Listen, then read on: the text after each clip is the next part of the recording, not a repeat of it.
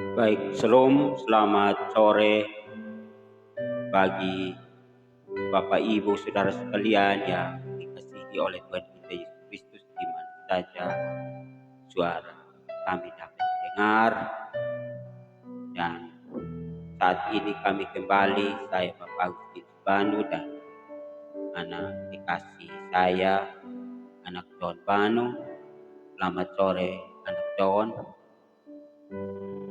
Kita kembali untuk menyampaikan berkat-berkat rohani melalui firman Tuhan yang kami persiapkan sore hari ini, yaitu tentang satu topik menyangkut dengan kebangkitan orang mati. Karena pasti ada orang, memang dia orang Kristen, tetapi sampai hari ini dia belum percaya dengan sungguh bahwa nanti ada kebangkitan orang mati. Karena kalau misalnya ada kebangkitan, pasti itu hal yang sangat luar biasa. Hal yang sangat luar biasa, maka dia katakan bahwa kalau misalnya ada kebangkitan, maka itu hal yang luar biasa. Mengapa? Karena yang kita alami hanya orang mati. Kalau orang mati itu biasa saja, karena setiap hari, setiap saat orang mati. Ya, tetapi namanya kebangkitan itu belum. Maka itu orang tidak percaya tentang orang mati, dan masih banyak orang-orang Kristen yang bertanya.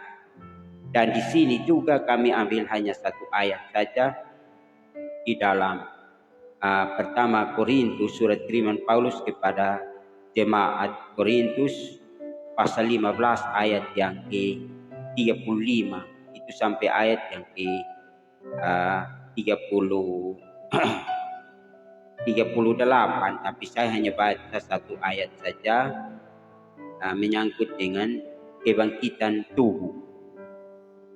Ya, jadi kebangkitan tubuh, kalau kita melihat di dalam surat kiriman Paulus kepada jemaat di Korintus pasal 15 ayat yang ke-35, dia bilang begini, perikop kebangkitan tubuh. Tetapi mungkin ada orang yang bertanya, bagaimanakah orang mati dibangkitkan, dan dengan tubuh apakah mereka akan datang kembali? Ya, jadi ini yang saya dengan anak John mau menyampaikan kepada kita, karena orang-orang Korintus ini mereka katakan bahwa tubuh sudah hancur di dalam tanah.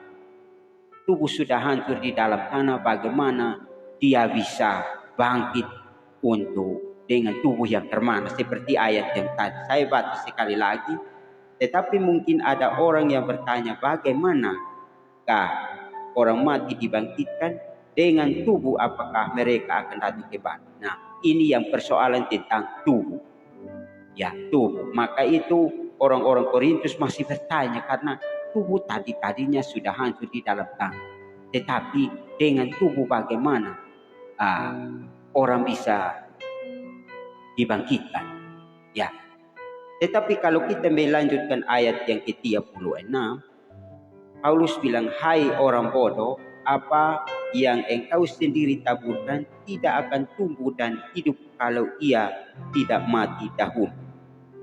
Dan yang engkau tabur bukankah tubuh tanaman yang akan tumbuh, tetapi biji yang tidak berkulit, umpamanya biji gandum atau biji lain. Ya, tetapi Allah memberikan kepadanya suatu tubuh seperti yang dikehendakinya. Ia memberikan kepada tiap-tiap biji tubuhnya sendiri. Ya, jadi maka ini Bapak Mama Saudara sekalian, kalau orang-orang Korintus katakan bahwa dengan tubuh bagaimana orang bisa dibangkitkan, sama halnya kita yang sekarang ini. Dia orang Kristen, tetapi kalau kita tanya, apakah engkau percaya orang mati dibangkitkan nanti? Ya, mungkin jawabannya sama dengan orang-orang Korintus bilang, saya tidak, ya saya masih ragu-ragu mau bertanya, menjawab, karena kira-kira orang mati dibangkitkan dengan tubuh yang bagaimana? Karena tadi tubuh sudah hancur. Dan kalau misalnya Bapak Mama sudah sekalian, kita biasa orang sudah menguburkan orang mati dan sepertinya 20 atau 30 tahun, dia istilah bilang mau pindahkan itu tulang-tulang itu, ternyata tulang juga hancur di dalam tanah. Ya, maka itu seperti firman Tuhan di dalam Pengkhotbah 12 ayat yang ke-7. Pengkhotbah 12 ayat yang ke-7 dia bilang, dan debu kembali menjadi tanah seperti semula dan roh kembali kepada Allah yang mengaruniakannya. Ya, jadi maksudnya debu ini, kita ini disebut debu. Kita ini disebut debu. Maka itu debu itu kembali menjadi tanah seperti semula. Semula itu karena apa? Ya, kalau kita membaca Kejadian ya, Kejadian 2 ayat yang ke-7, dia bilang ketika itulah Tuhan Allah membentuk manusia itu dari debu tanah dan menghembuskan nafas hidup ke dalam hidungnya, demikian manusia itu menjadi makhluk yang hidup. Jadi memang pada mulanya Allah menciptakan kita dari debu tanah. Ini sudah jelas di sini. Kejadian 2 ayat 7. Ketika itulah Tuhan Allah membentuk manusia itu dari debu tanah dan menghembuskan nafas hidupnya ke dalam hidungnya, demikian manusia itu menjadi makhluk yang hidup.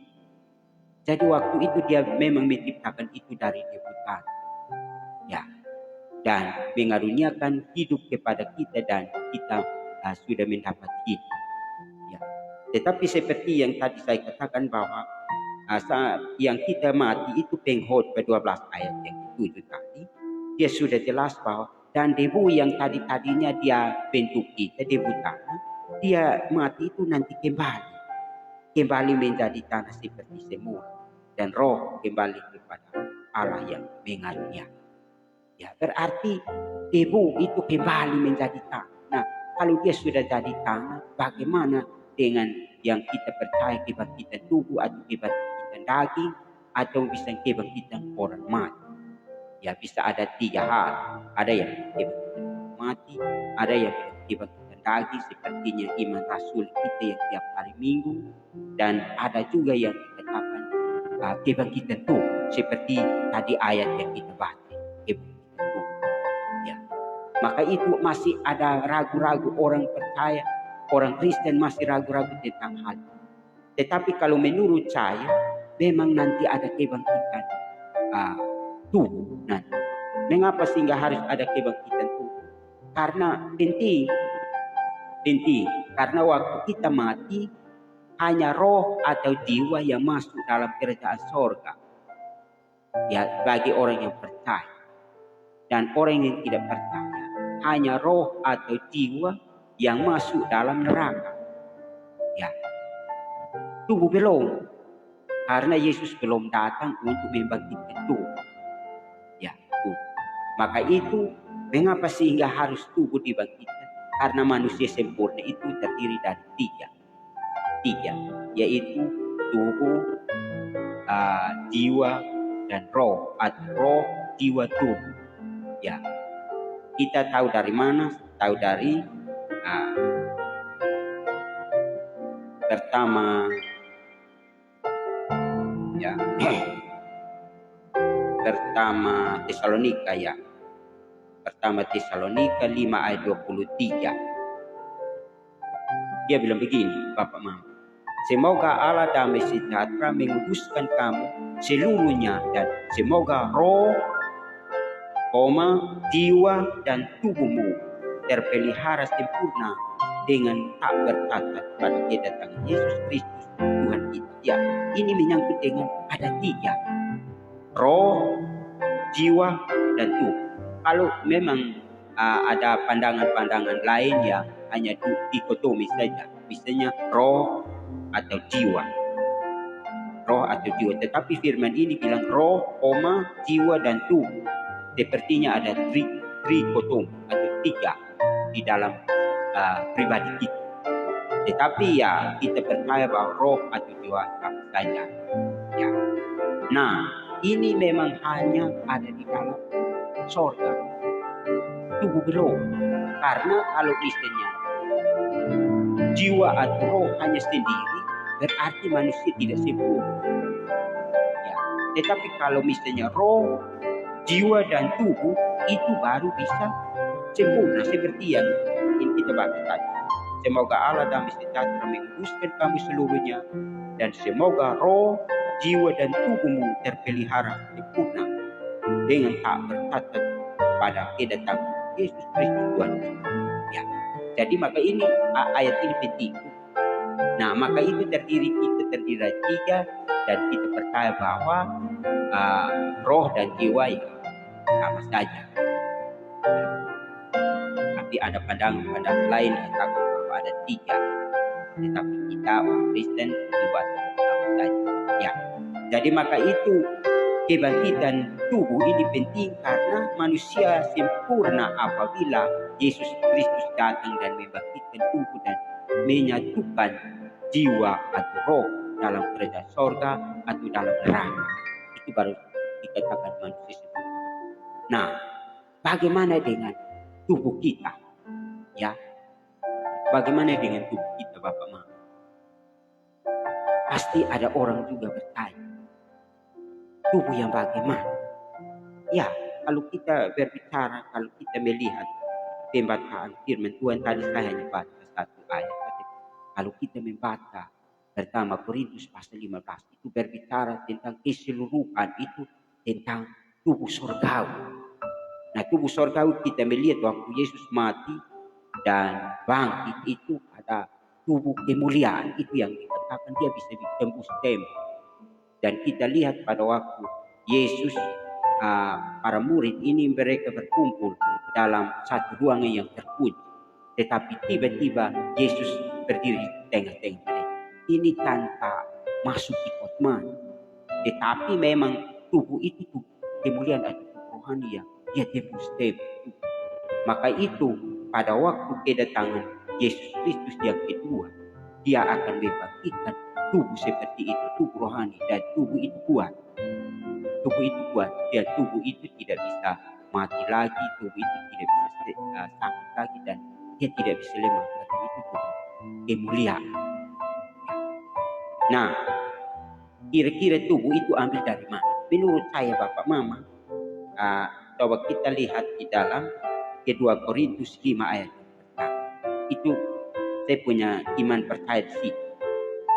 Entah saudara-saudara, Bapak Mama, bagaimana juga saya tidak ini, tetapi kalau kita melihat kedua Korintus 5 ayat yang pertama, coba saya baca kita. Karena kami tahu bahwa jika kemah tempat kediaman kita di bumi dibongkar, Allah telah menyediakan suatu tempat kediaman di sorga bagi kita, suatu tempat kediaman yang kekal, yang tidak dibuat oleh tangan manusia. Ya, kalau ayat yang kedua, selama kita di dalam kemah ini, kita mengeluh karena kita rindu mengenakan tempat kediaman sorgawi di atas tempat kediaman kita yang sekarang ini. Ya, jadi maka itu Bapak Mama saudara sekalian ya, itu saya punya keyakinan bahwa pada waktu kedatangan Yesus Kristus yang kedua, dia akan membawa tubuh rohani sesuai dengan ayat ini. Karena bilang begini, karena kami tahu bahwa jika kemah tempat kediaman kita di bumi, kediaman itu, tempat kediaman itu sama halnya dengan tubuh. Ya, jadi maka kita di tempat kediaman kita di bumi dibongkar, Allah telah menyediakan suatu tempat kediaman di sorga. Jadi dia siapkan tempat tubuh di atas. Dia tidak ambil dari dunia ini lagi. Karena ingat yang pertama tadi saya baca Kejadian 2 ayat yang ke-7, bahwa ketika manusia itu diciptakan dari debu tanah dan menghembuskan nafasnya, dan pada waktu kedatangan yang kedua, pasti dia tidak ambil lagi dari debu tanah ini. Pasti dia bawa tubuh dari sorga, maka tubuh sorgawi. Karena ingat bahwa langit lama dan bumi lama akan berlalu. Itu sesuai dengan firman Tuhan. Langit lama dan bumi lama yang akan berlalu. Sesungguhnya langit baru dan bumi baru akan datang. Nah, maka itu Tuhan membawa tubuh sorgawi datang dan mengenakan kepada tiap-tiap orang. Tetapi pasti ada orang juga bertanya tentang bagaimana dengan kuburan-kuburan itu. Ya, memang karena kita mati, kita menuju ke kuburan itu. Misalnya di dalam Yohanes 5 ayat yang ke-28. Ya. Yohanes 5 ayat yang ke-28 dan 20 yang ke-9. Janganlah kamu heran akan hal itu, sebab saatnya akan tiba bahwa semua orang yang di dalam kuburan akan mendengar suaranya. Dan mereka yang telah berbuat baik akan keluar dan bangkit untuk hidup yang kekal, tetapi mereka yang telah berbuat jahat akan bangkit untuk hidup. Nah, ini ayat ini kok di dalam kuburan. Ya, memang waktu itu Tuhan akan datang sesuai dengan firman lain bahwa kuburan-kuburan itu akan terbuka dan orang mati akan dibangkitkan. Dan dibangkitkan itu ya Tuhan bawa tubuh sorgawi dan mengenakan tiap-tiap kuburan itu. Tapi bukan nanti ambil dari kuburan itu, bukan ambil dari tanah itu, karena tanah itu akan kembali dan menjadi debu. Ingat bahwa tubuh kita yang kita sekarang pakai ini adalah tubuh yang sementara.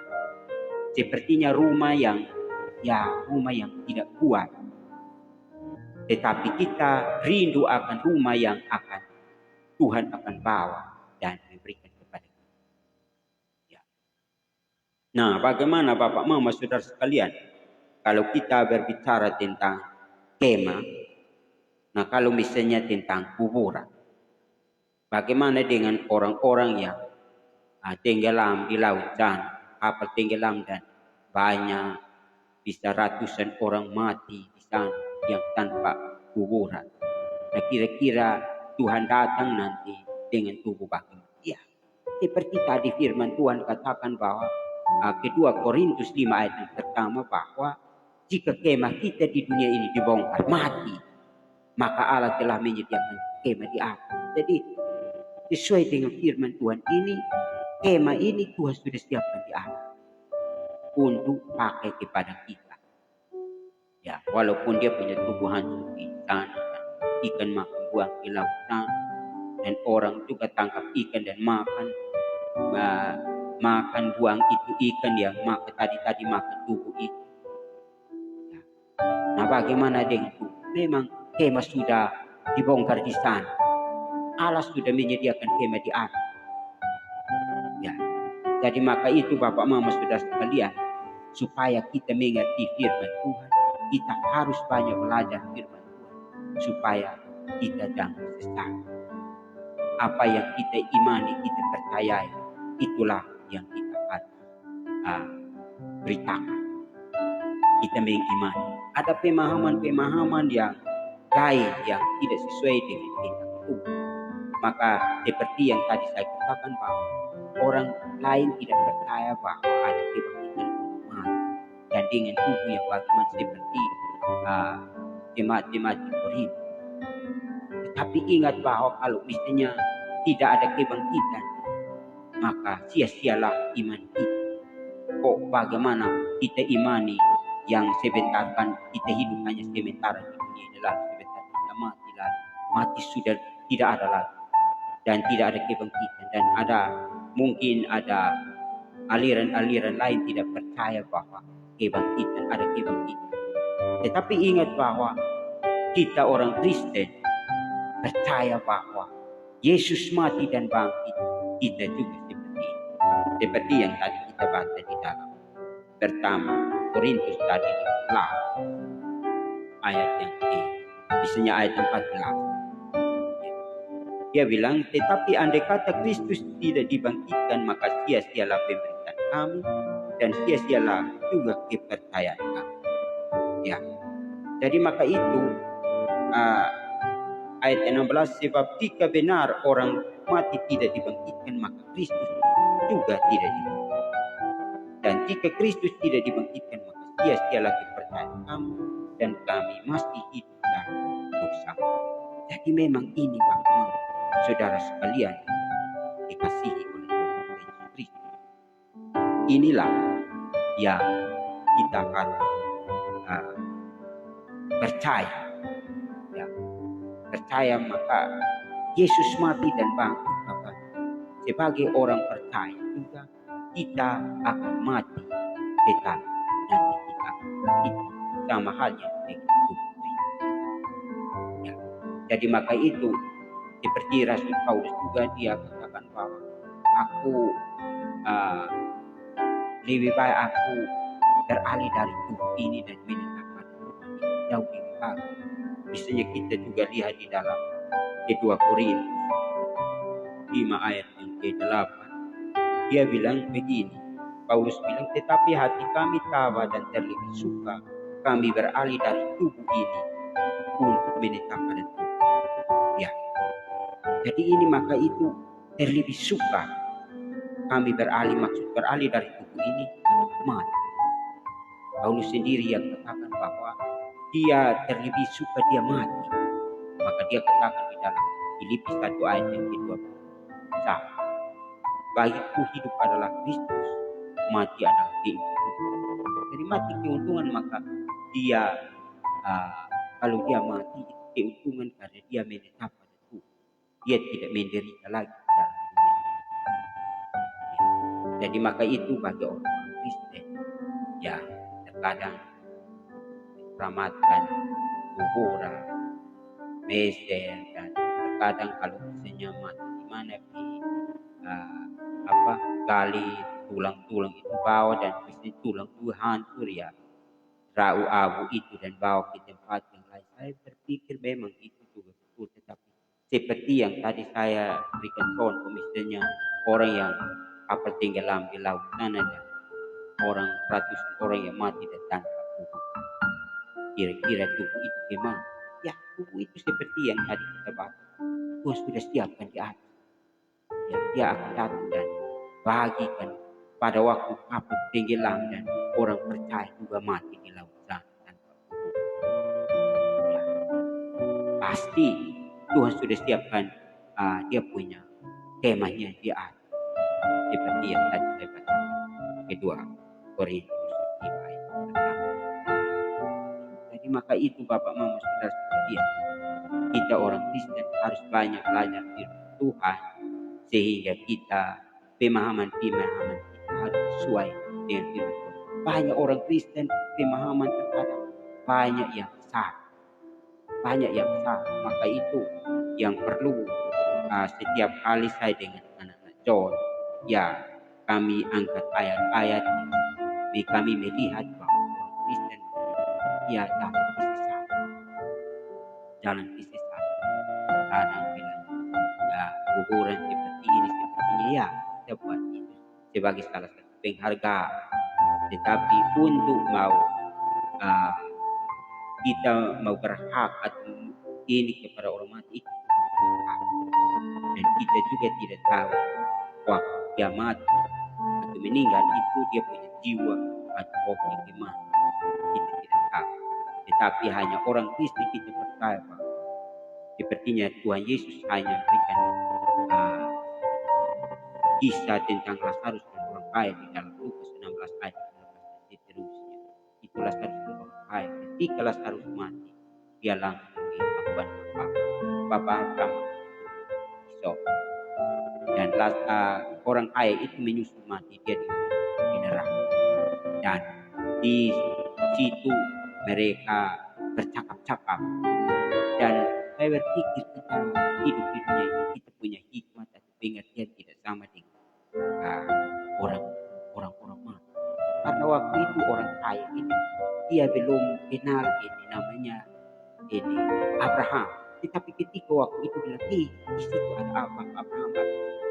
Berarti orang mati ini juga pengertian ya lebih dari itu. Jadi maka itu ah, orang mati ini akan dibangkitkan seperti yang tadi saya baca Yohanes 5 ayat 29. Nanti semua dibangkitkan.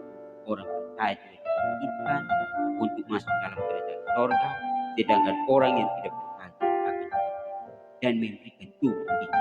Jadi semua tubuh itu tubuh Tuhan sudah siap. Baik orang yang tidak percaya, orang yang percaya, Tuhan sudah siap. Bagi orang yang tidak percaya pasti memberikan tubuh juga supaya tahan terhadap api. Kalau tubuh yang model-model yang sekarang kita, saya pikir api kena ini kita cuma kuat. Ya, hancur kuat. Tetapi Tuhan juga menyiapkan tubuh yang kuat terhadap api dan dia akan menderita di sana, di neraka sana sampai selama-lamanya. Ya, tapi dia menderita di sana. Kalau misalnya tubuh seperti yang kita miliki tubuh sekarang, api kena saja kita hancur kuat. Tapi tubuh yang Tuhan bawa, baik yang dalam kerajaan surga, baik yang dalam neraka, itu juga tubuh yang tahan terhadap penderitaan, tahan terhadap sengsara. Maka dia hanya menderita sepanjang masa. Ya, maka hidup ini jangan main-main dengan hidup ini. Kalau selagi masih hidup, jangan coba-coba. Ya, jangan bilang, kok kita hidup buat mati. Tidak ada. Ingat, di balik dari kematian kita ada satu kehidupan baru dan satu kematian baru. Itu kematian kekal dan kehidupan kekal. Menanti kita di depan. Jadi maka itu bagi orang Kristen yang percaya selagi hidup ini berbuat baik, ya berbuat baik, memberitakan firman Tuhan, bekerja untuk Tuhan, karena di dunia orang mati tidak ada pekerjaan, hanya kita menghadapi. Ya, misalnya di dalam Pengkhotbah 9 ayat 10, dia bilang, segala sesuatu yang ditumpai tanganmu untuk dikerjakan, kerjakanlah itu sebuah tenaga, karena tidak ada pekerjaan, pertimbangan, pengetahuan dan hikmat dalam dunia orang mati. Kemana kau pergi? Jadi ini bilang kita masih hidup ini, kalau kita bekerja memberitakan firman atau kita saling menasihati, itu nasihatilah orang yang masih hidup. Kalau dia sudah mati tidak bisa memberitakan hidup. Tetapi memang ada orang beralasan satu ayat pertama Petrus 3. Ya. Pertama Petrus ini pertama orang ini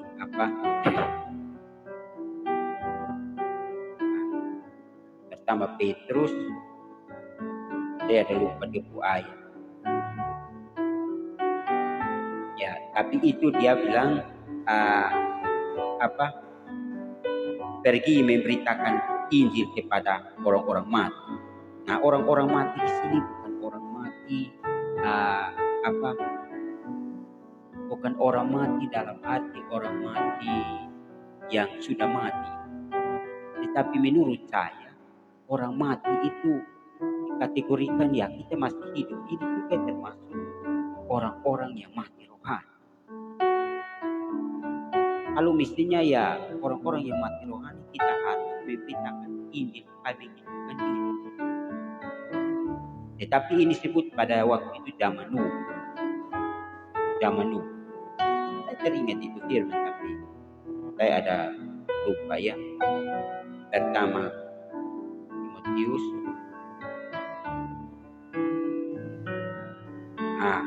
Coba kita lihat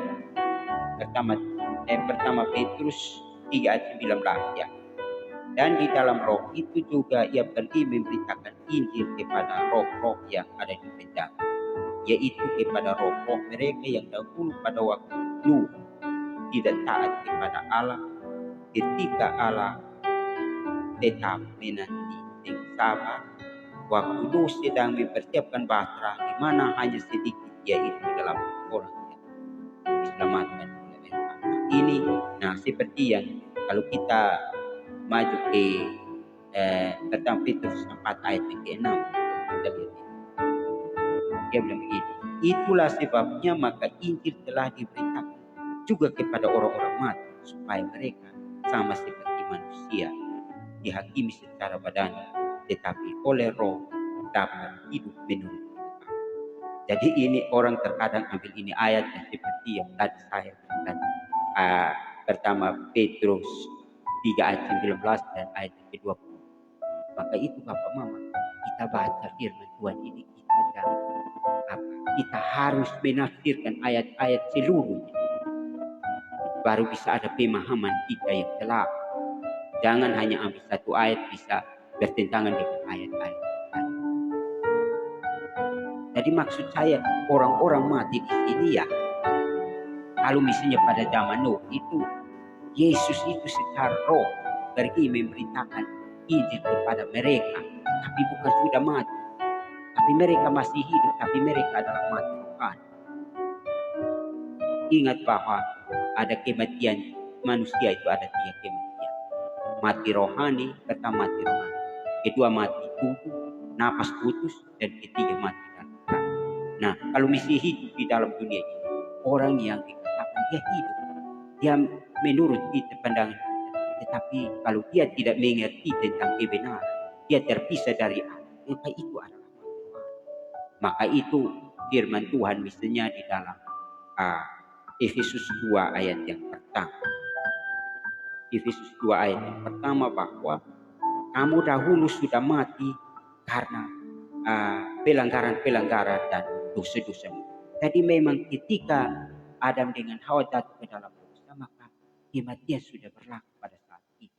Maka itu yang dikatakan mati rohani, bukan napas putus. Nanti sebentar Adam berumur 930, baru dia bisa mati. Dia punya. Tetapi waktu itu Allah mengusir mereka keluar dari kampung itu.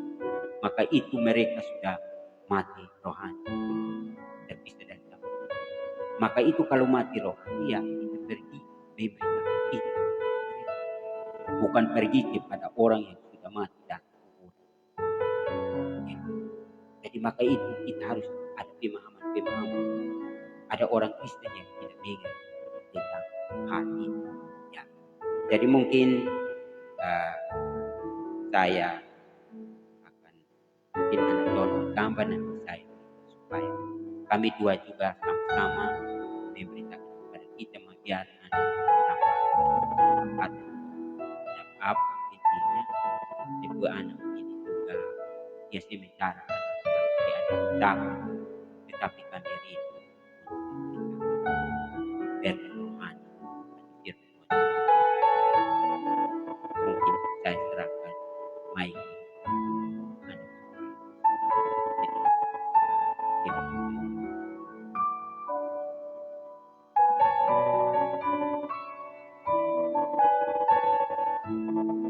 Ya baik, terima kasih.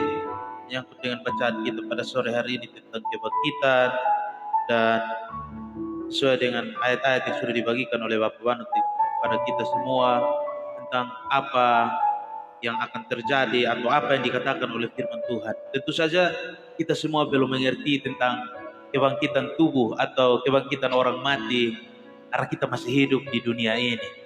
Tetapi yang menjadi patokan atau yang menjadi pemberitahuan bagi kita itu firman Tuhan. Seperti yang dikatakan dari tadi tentang kebangkitan oleh Bapak Banu, dan di sini kita perlu tahu bahwa dalam bacaan yang kita baca itu 1 Korintus 15 ayatnya yang ke-35 dan seterusnya tentang kebangkitan tubuh. Tetapi mungkin ada orang yang bertanya, bagaimana orang mati dibangkitkan? Tentu saja kita bertanya-tanya dalam diri kita, apabila kita mati, kemanakah kita? Kita mati dengan cara bagaimana kita dibangkitkan?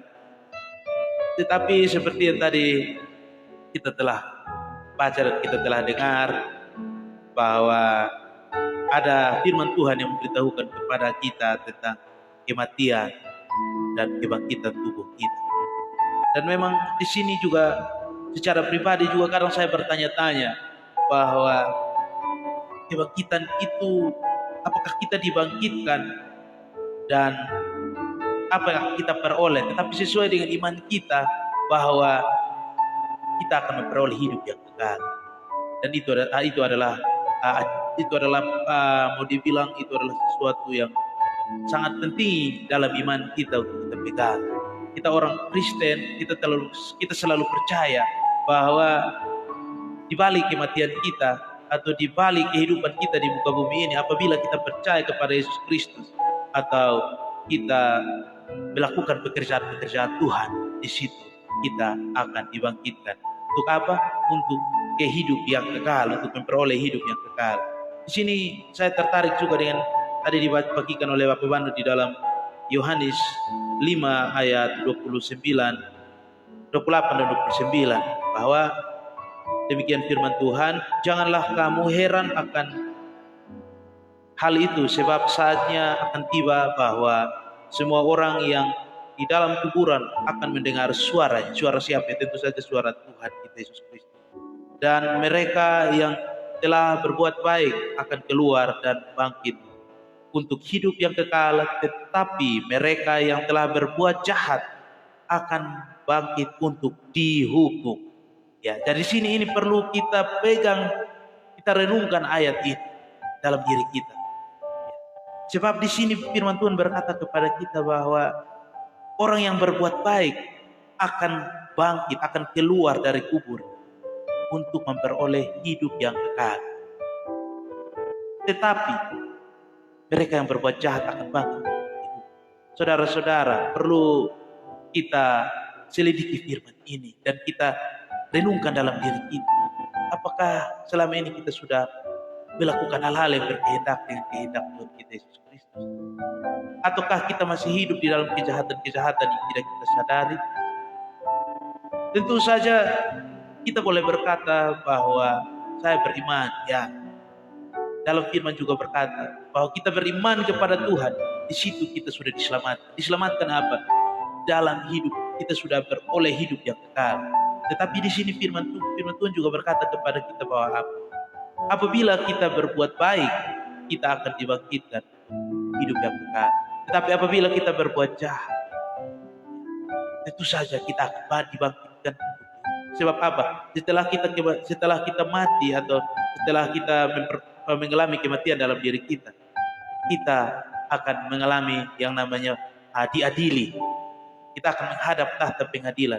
Dan di situ kita semua akan diadili apa yang kita lakukan di muka bumi ini. Seberapa besar engkau dan saya bekerja untuk Tuhan. Seberapa besar saudara dan saya kita hidup berkenan di hadapan Tuhan.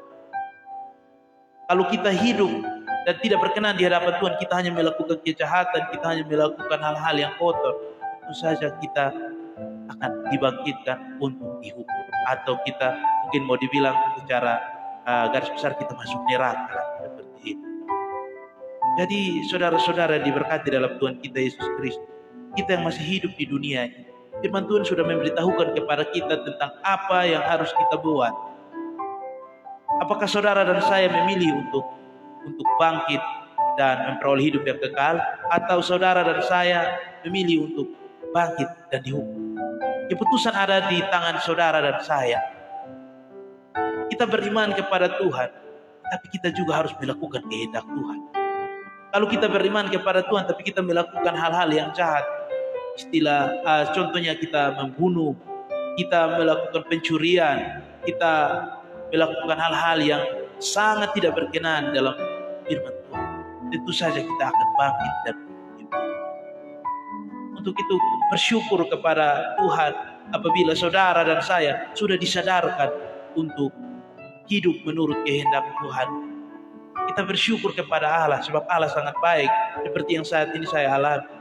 Saya yang dahulunya hidup dalam kegelapan, tapi saya bersyukur kepada Tuhan, karena Tuhan telah memberikan saya sebuah proses yang memanggil saya untuk kembali dekat dengan Tuhan dan menyadari segala perbuatan yang saya lakukan. Karena apa yang saya buat kemarin atau tahun-tahun yang lalu itu adalah jahat, itu adalah salah di mata Tuhan. Sehingga Tuhan sangat mengasihi saya dan saudara. Dan Tuhan mau menyadarkan kita untuk sadar akan apa yang kita lakukan, sadar akan apa yang kita buat. Kalau salah, marilah kita memperbaiki diri untuk datang kepada Tuhan. Tentu saja Tuhan sangat mengasihi saya dan saudara. Tetapi hanya prosesnya yang berbeda-beda. Saya melalui penyakit, mungkin saudara melalui hal-hal yang akan saudara alami di dalam diri saudara. Jadi kita perlu untuk menyadari apa yang kita lakukan di dalam dunia ini. Kita perlu untuk belajar memperbaiki diri kita.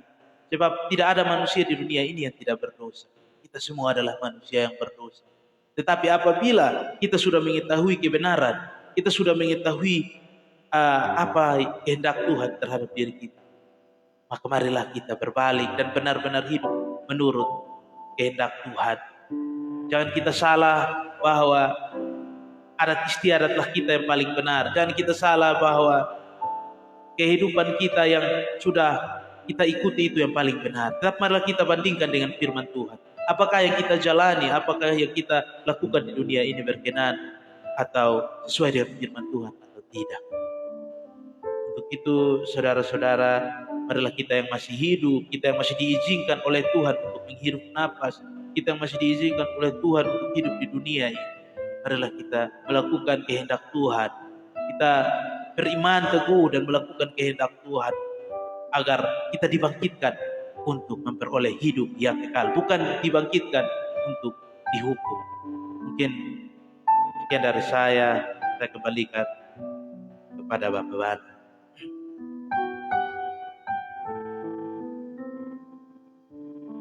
Terima kasih ya John.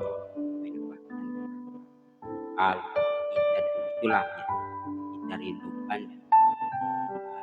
Kita percaya bahwa sebagai orang-orang yang sudah dipilih Tuhan pasti dibangkitkan selama itu seperti yang tadi disampaikan oleh John. Kalau sudah diselamatkan, sudah orang pilihan Tuhan dan sudah diselamatkan, berbuat, memberitakan, melayani Tuhan. Ya, jangan hanya istilah bilang keselamatan itu satu anugerah dari Tuhan jadi hidup mau enak-enak. Di dalam Filipi 2 ayat yang ke-12 dia bilang begini, saya baca itu ayat. Filipi 2 ayat yang ke-12. Ya. Dia bilang begini.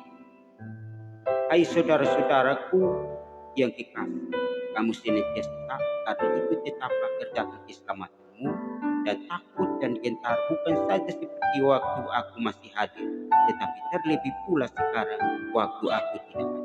Nah, maksud ingat Bapak Mama, ini ayat jangan salah tafsir ya. Bilang oh ini kita kalau tercabar pada keselamatan kita.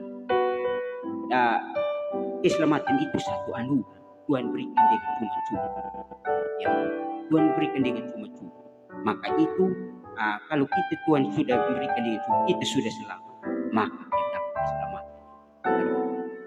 Ya, di dalam Efesus 2 ayat 8-9 kasih karunia itu pemberian Allah dengan cuma-cuma. Itu bukan kasih usaha kita. Itu kasih dengan cuma-cuma. Maka itu pakai karunia itu untuk melayani Tuhan. Maka kita percaya bahwa apa yang kita buat jerih payah. Ya. Jadi maka itu tadi kita baca di dalam pertama Korintus tadi 15 ayat 58 terakhir itu dia bilang begini. Karena itu saudara-saudaraku yang kekasih, berdirilah teguh, jangan goyah dan giat selalu dalam pekerjaan Tuhan. Sebab kamu tahu bahwa dalam persekutuan dengan Tuhan, jerih payahmu tidak sia-sia. Jerih payah tidak sia-sia. Kami yang saya dengan anak John yang beritakan firman ini tidak sia-sia. Tidak sia-sia. Nanti Tuhan akan menyiapkan berkat bagi kami. Bagi kita yang menasehati. Dan kalau misalnya coba kita lihat juga ada satu firman di dalam Daniel 12 ayat yang ke-2. Ini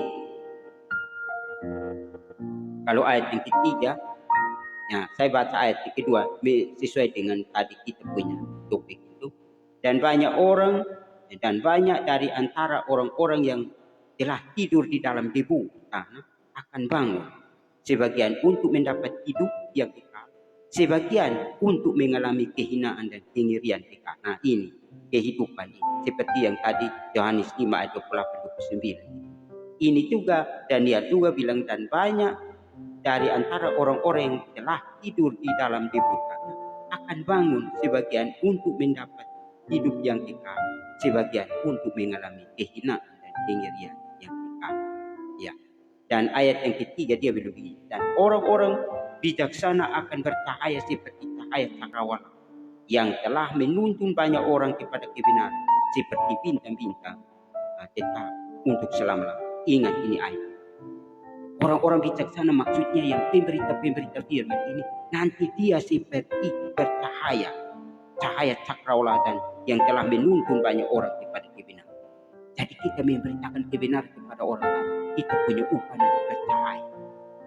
Ya, ini ayat. Ya, maka seperti yang tadi saya katakan ayat, jeripaya.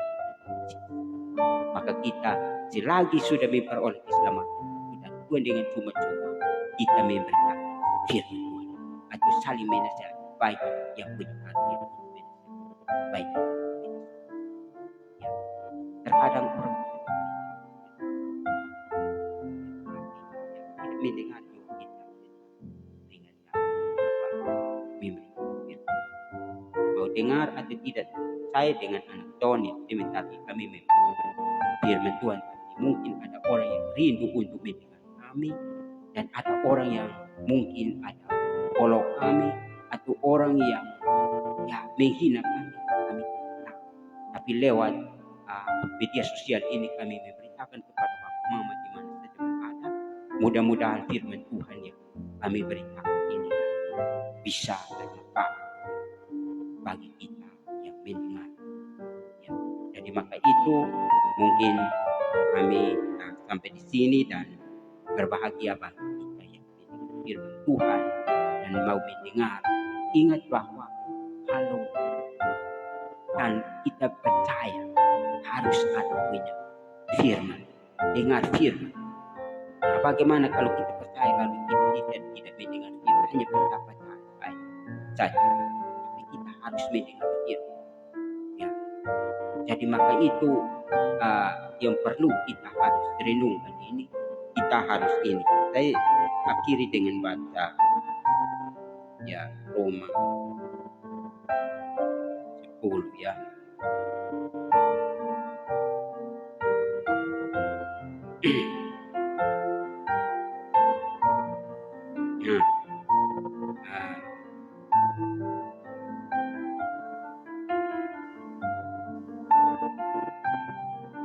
Saya baca ini ayat Roma 10 ayat 17 ya.